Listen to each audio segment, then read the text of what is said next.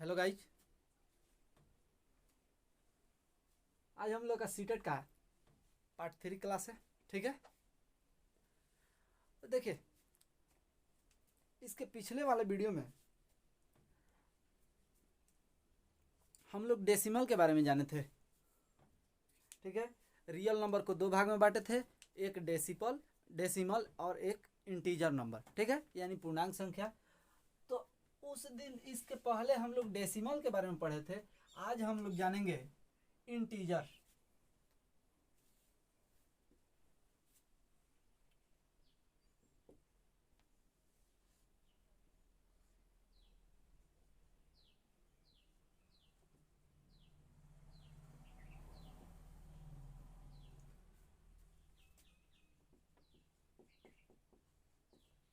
पूर्णांक। ठीक है, इंटीजर क्या होता है? इंटीजर यानी पूर्णांक का मतलब पूर्णांक संख्या। आप लोग इससे पहले पढ़े हैं, पूर्णांक संख्या वैसी संख्या जिसमें धनात्मक तथा ऋणात्मक दोनों संख्याएं सम्मिलित हो, उसे पूर्णांक संख्या कहते हैं। ठीक है, पूर्णांक संख्या, इस पे संख्या का ही बात हो रहा है। ठीक ना, दूसरा कुछ देखो, दूसरा कुछ बाहरी चीज नहीं है, इसमें केवल डिजिट है। चलिए, इंटीजर पूर्णांक वैसी संख्या जिसमें धनात्मक तथा ऋणात्मक दोनों संख्याएं सम्मिलित हो, उसे पूर्णांक संख्या कहते हैं। अब देखिए कि यहां हम लिख सकते हैं माइनस इंफिनिटिव से लेकर माइनस इंफिनिटिव, माइनस के 3, -2, -1, 0, 1, 2, 3 डैश डैश डैश इन्फिनिटिव। देखिए, माइनस इन्फिनिटिव से लेकर प्लस के इन्फिनिटिव तक, यानी इसमें धनात्मक और ऋणात्मक, यानी प्लस माइनस और प्लस दोनों सम्मिलित हो, उसी को पूर्णांक बोला जाता है। ठीक है, अब देखिए पूर्णांक को हम लोग तीन भाग में इसको बांटते हैं। पूर्णांक को बांटेंगे, पूर्णांक हम लोग 3 भाग में बांटते हैं। पूर्णांक, और पूर्णांक जब बांटने का बात आएगा तो एक यही ना होगा, ध्यान से देखिएगा कि एक धनात्मक पूर्णांक है, एक धनात्मक पूर्णांक और एक ऋणात्मक पूर्णांक, यानी एक प्लस वाला और एक माइनस वाला। ठीक है, तो एक होगा धनात्मक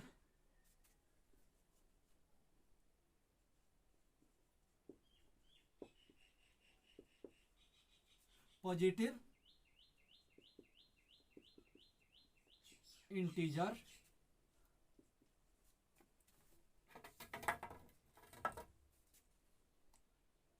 धनात्मक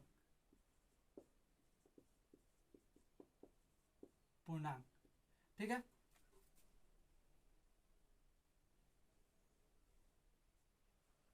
दूसरा होगा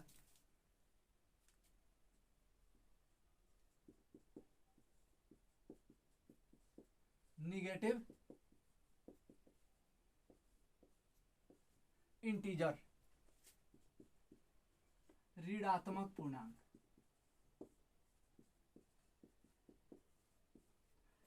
एक धनात्मक पूर्णांक और एक ऋणात्मक पूर्णांक। ठीक है, अब बात आया कि धनात्मक पूर्णांक और ऋणात्मक पूर्णांक, तो ऋणात्मक एक, धनात्मक पर बात करें तो 1, 2, 3। ठीक है, और ऋणात्मक का बात करें तो -1, -2, -3। लेकिन ये जीरो क्या है? जीरो का बात करें तो तीसरा हमारा यही बचा, जीरो। ठीक है,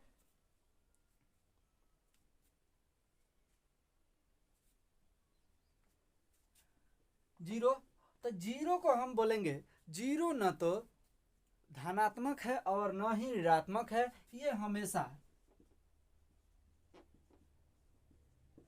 न्यूट्रल इंटीजर है, यानी ये हमेशा न्यूट्रल रहता है। न्यूट्रल इंटीजर यहां पर लिखेंगे हम लोग कि शून्य न तो धनात्मक है और न ही ऋणात्मक। ठीक है, अब देखिएगा कि सबका हम तो बांट दिए। अब धनात्मक पूर्णांक का बात करें, धनात्मक पूर्णांक, तो धनात्मक पूर्णांक हमारा यही ना होगा 1 2 3 4 डैश डैश डैश इन्फिनिटी तक चलते जाएगा। इसी को वो बोला जाता है, हम लोग इसी धनात्मक पूर्णांक से हमारा बनता है नेचुरल नंबर, नेचुरल नंबर यानी प्राकृत संख्याएं।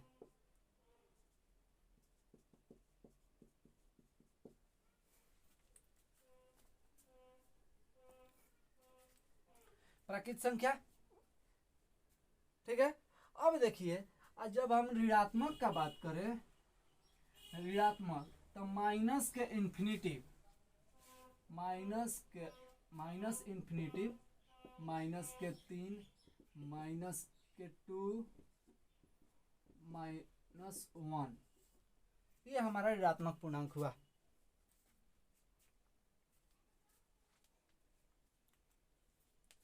ठीक है, ये तो पता चल गया कि प्राकृत संख्या कहाँ से निकला है।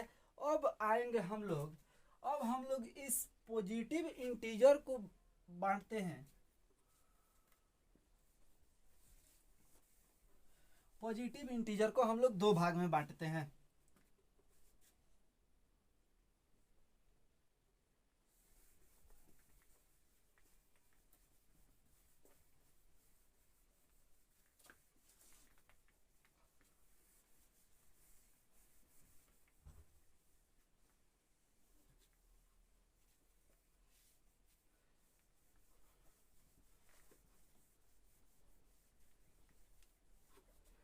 इसको एक एक करके पढ़ेंगे तो पॉजिटिव इंटीजर,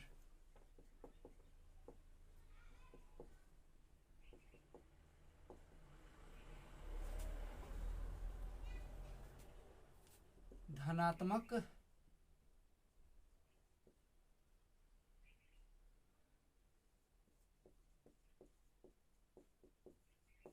धनात्मक पूर्णांक यानी पॉजिटिव इंटीजर। देखिए वीडियो को स्किप मत कीजिएगा, एकदम समझ में आएगा 100%। इस तरह से आपको कहीं नहीं मिलेगा, खोज लीजिएगा। ठीक है, धनात्मक पूर्णांक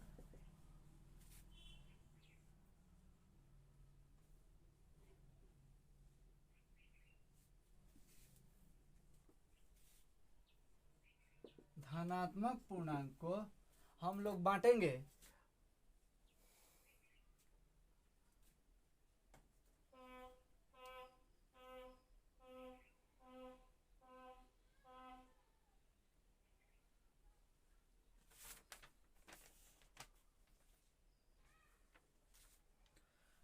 तो देखिए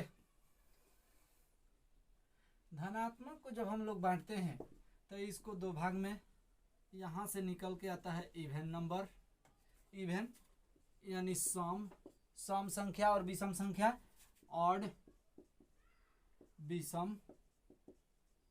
इसको जब हम बांटेंगे तो ये हमारा होगा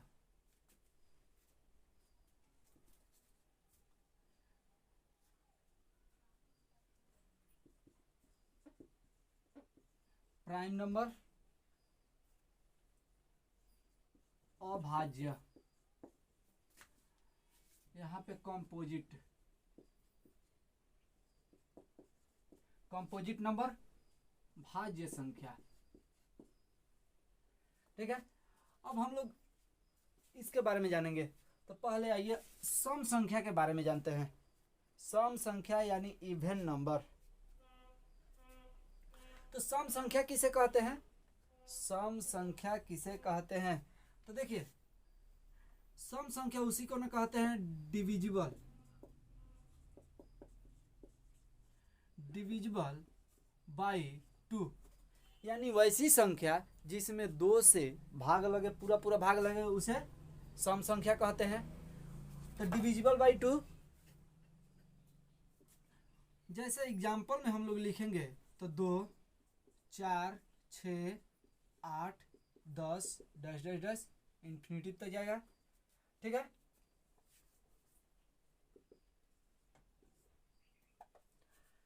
अब हम लोग विषम संख्या का बात करेंगे, रटने वाली बात नहीं है, रटना नहीं है। विषम संख्या, विषम संख्या को हम लोग लिखेंगे कि वैसी संख्या जिसमें 2 से पूरा पूरा भाग न लगे उसे विषम संख्या कहते हैं। तो लिखेंगे नॉट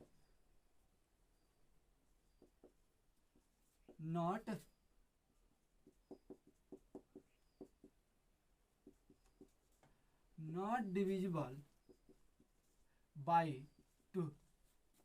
यानी वैसी संख्या, विषम संख्या वैसी संख्या जिसमें 2 से पूरा पूरा भाग न लगे उसे विषम संख्या कहते हैं।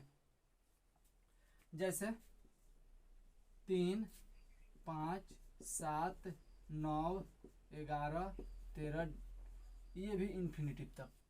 ठीक है।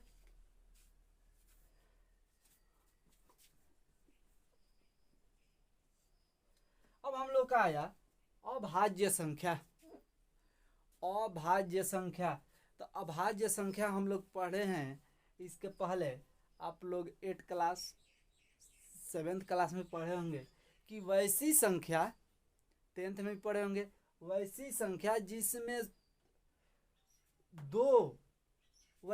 जिसमें दो गुणनखंड हो जिसका, उसे अभाज्य संख्या कहते हैं। यानी वैसी संख्या जिसमें स्वयं और एक के अलावा किसी अन्य संख्या से विभाजित न हो उसे अभाज्य संख्या कहते हैं। यानी उसका 2 ही गुणनखंड हो, 2 से अधिक न हो गुणनखंड। ठीक है। जैसे देखिए ये 2 है, 2 हम लिखे तो 2 का गुणनखंड कितना है, यानी 2 में कितनी संख्या से भाग लगेगा, तो एगो 1 से लगेगा और एगो 2 से, तो ये क्या है, अभाज्य संख्या है। इसका 2 से अधिक गुणनखंड नहीं है। ठीक है। जैसे में 3 ले लिए तो 3 क्या है, 1 से भाग लगेगा, 3 से लगेगा। 5 लिए तो 5 क्या है, 1 से भाग लगेगा, स्वयं से लगेगा। यानी 1 और स्वयं के अलावा किसी अन्य संख्या से विभाजित न हो, या जिसका गुणनखंड 2 हो उससे अधिक न हो, उसी को हम क्या कहते हैं, अभाज्य संख्या कहते हैं। यानी उसी को प्राइम नंबर भी कहते हैं। ठीक है।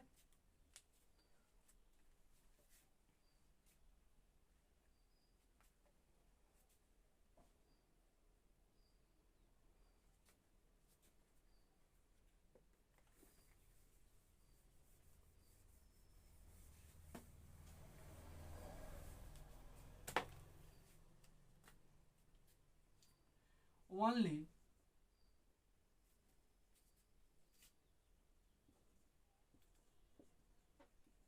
to factor 1 और itself। ठीक है। यानी वैसी संख्या जिसका 2 ही गुणनखंड हो, उससे अधिक न हो। 2 का बात करें, जैसे कोई भी डिजिट ले रहे हैं, अभी बताए 5, तो इसका गुणनखंड तोड़ेंगे तो 1 और 5 ही होगा। तो ये क्या है, अभाज्य संख्या है। बड़ी आसान तरीका है जांच करने का। ठीक है। तो ये एक अभाज्य संख्या है। अब अभाज्य संख्या एग्जाम्पल में 2, 5, 7, 9 नहीं होगा। 9 का गुणनखंड 2 से अधिक है। 9 1 से कटेगा, 3 से कटेगा और 9 से कटेगा। 2 से अधिक गुणनखंड हुआ, इस तरह का नहीं होना चाहिए। ठीक है। तो 9 नहीं होगा। 9 के बाद क्या आएगा, 7 के बाद 11, 13 डैश डैश डैश इंफिनिटिव। ठीक है। भाज्य संख्या, भाज्य संख्या वैसी संख्या जो स्वयं और एक के अलावा किसी अन्य संख्या से विभाजित हो, यानी वैसी संख्या जिसका 2 से अधिक गुणनखंड हो उसे भाज्य संख्या कहते हैं। जैसे, ठीक है,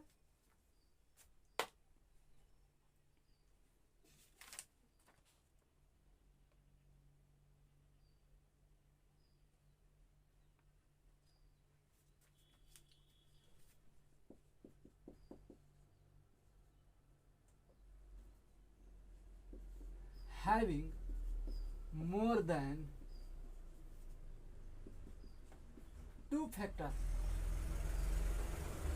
यानी जिसका 2 से अधिक गुणनखंड हो उसे भाज्य संख्या कहते हैं। जैसे में एग्जाम्पल ले लीजिए, 4 हो गया, 6 हो गया, 8 हो गया, 9 हो गया, 10, 12 डैश डैश डैश इंफिनिटी। ठीक है, इसका क्या है, इस सब का 2 से अधिक फैक्टर है। गुणनखंड तोड़ करके देख लीजिए, 2 से अधिक फैक्टर है, यानी ये कंपोजिट यानी अभाज्य संख्या है। अब देखिए कि भाज्य और अभाज्य में इसी पे हम लोग का एक का कहीं बात नहीं हुआ है। 1 2 3 4 5 6, ठीक है, धनात्मक पूर्णांक में 1 2 3 4 5 6 गिनती पढ़ेंगे तो अनंत तक जाएगा। तो अब देखिए कि ये जो भाज्य है और अभाज्य, इसमें एक का कहीं बात नहीं हुआ है। तो भाई एक है कि अभाज्य है कि अभाज्य?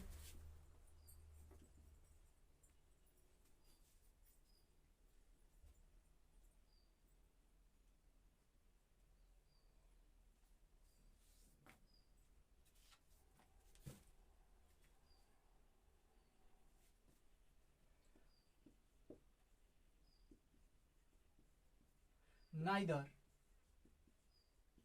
prime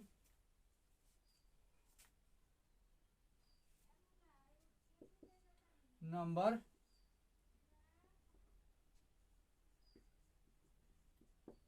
कंपोजिट, यानी 1 एक न तो एक का बात करे तो 1 न तो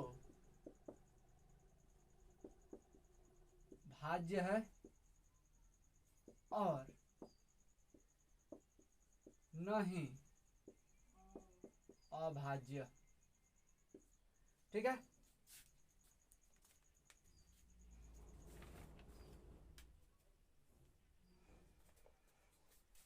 अब इस पे क्वेश्चन किस तरह से बनेगा, आप लोग का मन में चलता है क्वेश्चन कैसा बनेगा इस पे। आइए देखते हैं क्वेश्चन कैसा बनता है। देखिए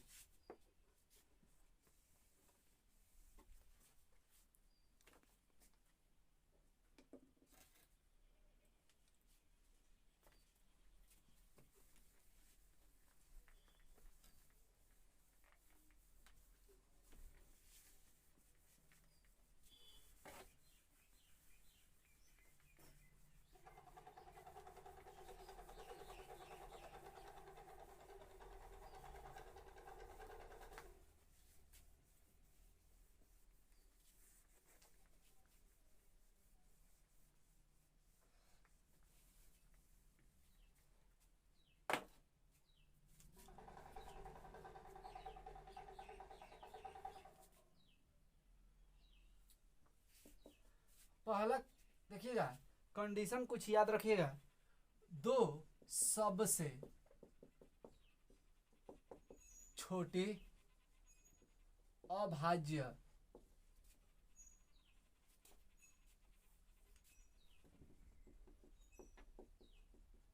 संख्या है। ठीक है, क्वेश्चन पूछेगा आपसे कि सबसे छोटी अभाज्य संख्या, सबसे छोटी, अगर इस तरह से क्वेश्चन पूछ देगी सबसे छोटी अभाज्य संख्या, तो 2 हमारा सबसे छोटी अभाज्य संख्या होगी।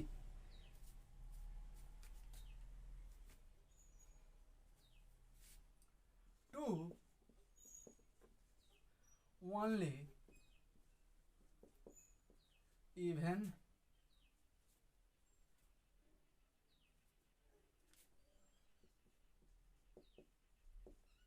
Prime number.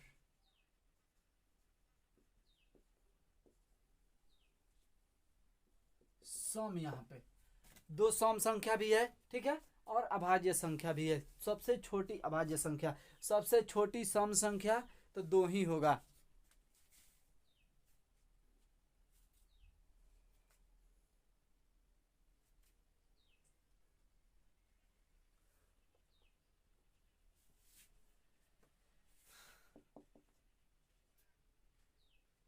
दो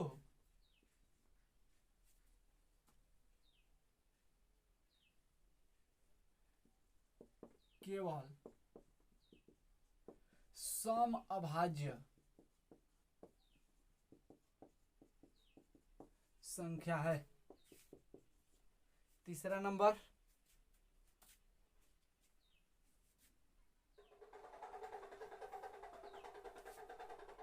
तीन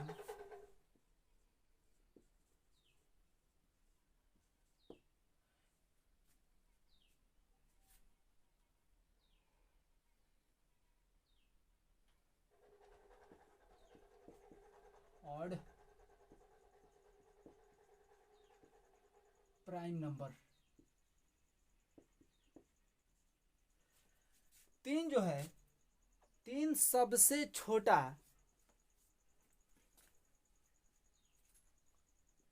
तीन सबसे छोटी विषम अभाज्य संख्या है।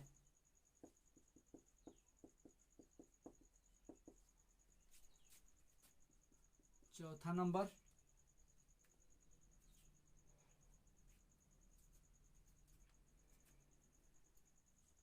संतानवे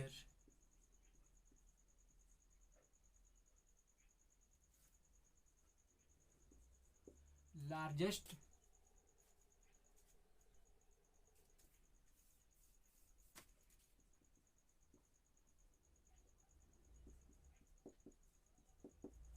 टू डिजिट प्राइम नंबर।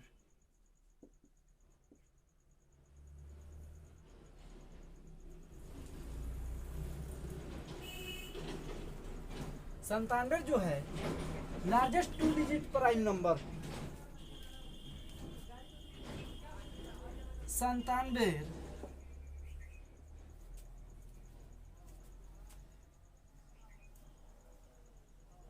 दो अंकों की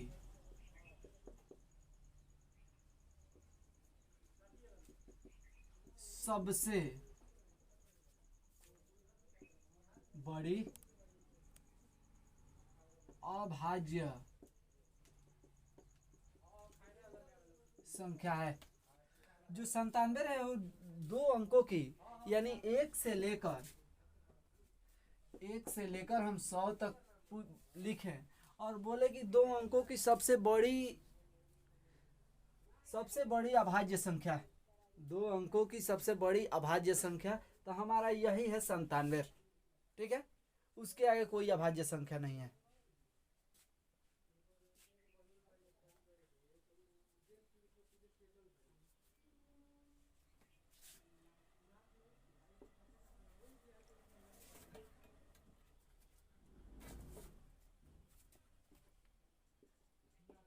एक सौ एक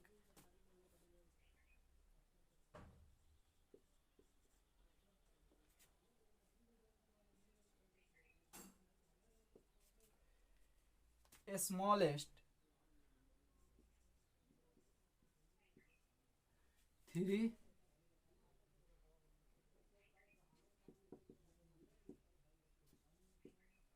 डिजिट प्राइम नंबर।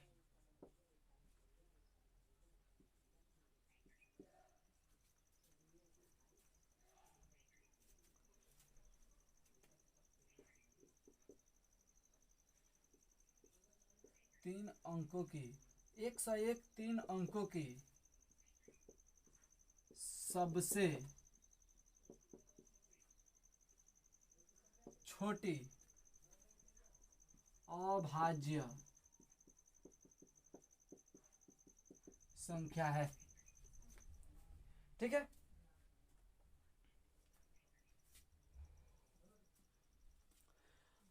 अब इधर ध्यान दीजिएगा कि अब आपसे पूछा जाए कि 1 से लेकर 50 तक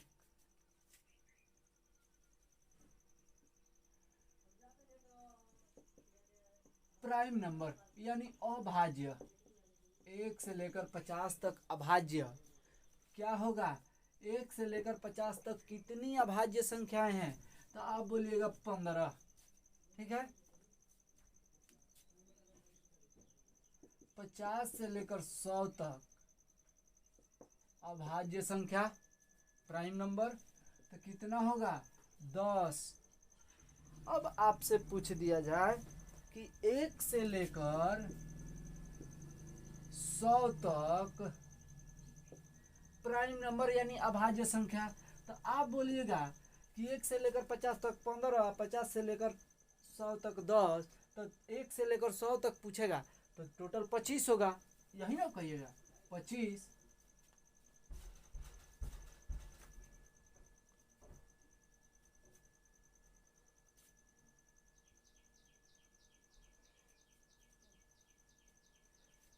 अब एक और यहां से क्वेश्चन बनेगा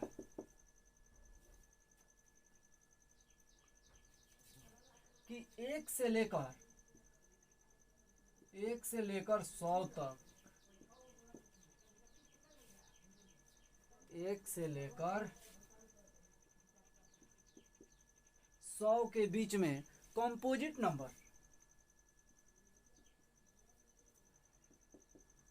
कंपोजिट यानी भाज्य, 1 से लेकर 100 तक कंपोजिट नंबर यानी भाज्य।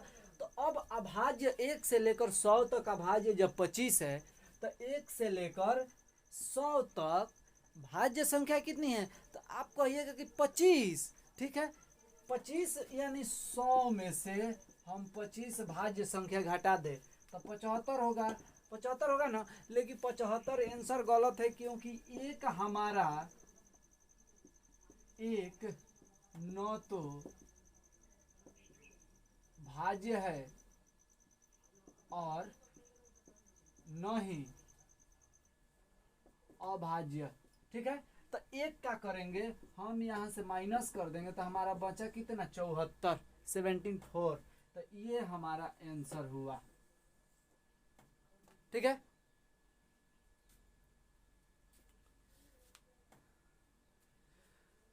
तो अब इस पे हम लोग क्वेश्चन करेंगे।